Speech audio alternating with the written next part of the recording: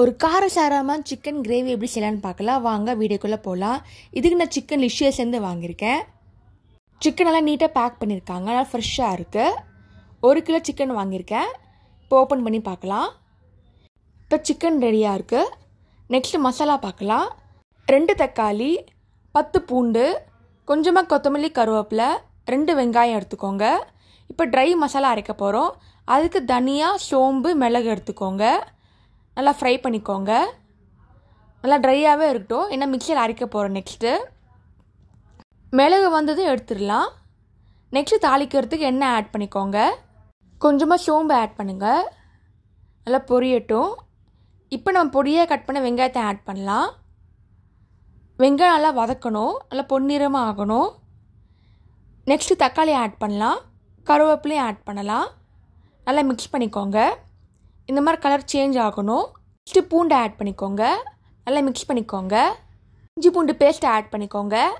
2 spoon போட்டால் போதும். அதுவும் நல்லா மிக்ஸ் பண்ணிக்கோங்க. இப்போ சிக்கனை ஆட் பண்ணிக்கலாம். 1 கிலோ சிக்கன் ஆட் பண்ணியிருக்கேன். நல்ல பெரிய பீசஸாக எடுத்துருக்கேன். உங்களுக்கு வேணும் சின்னதாக கூட கட் பண்ணிக்கலாம். இப்போ நல்லா வேகட்டும். நல்லா மிக்ஸ் பண்ணிக்கோங்க. மசாலா ஃபுல்லாக இறங்கட்டும். இப்போ மசாலா ஆட் பண்ணலாம். மஞ்சத்தூள் 1 ஸ்பூன், மிளகாத்தூள் 3 ஸ்பூன், உப்பு தேவையான அளவு. மிக்ஸ் பண்ணிக்கோங்க. நல்லா கலரிக்கோங்க.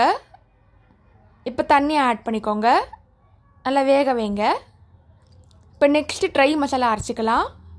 மிளகு பொடி ரெடி ஆகிடுச்சு. இப்போ சிக்கனும் வெந்தாச்சு. ஓப்பன் பண்ணிடலாம். இந்த டைமில் மசாலா ஆட் பண்ண போகிறோம். அரைச்சி வச்ச மசாலா இதில் ஆட் பண்ணிக்கலாம். நல்லா மிக்ஸ் பண்ணிக்கோங்க. நல்லா டேஸ்டியான சிக்கன் கிரேவி ரெடி ஆகிடுச்சு. நீங்களும் ட்ரை பண்ணி பார்த்துட்டு எப்படி இருக்குன்னு சொல்லுங்கள். செமி கிரேவியாக பண்ணியிருக்கேன். உங்களுக்கு குழம்பு மாதிரி வேணுன்னா தண்ணி இன்னும் கொஞ்சம் ஆட் பண்ணிக்கலாம்.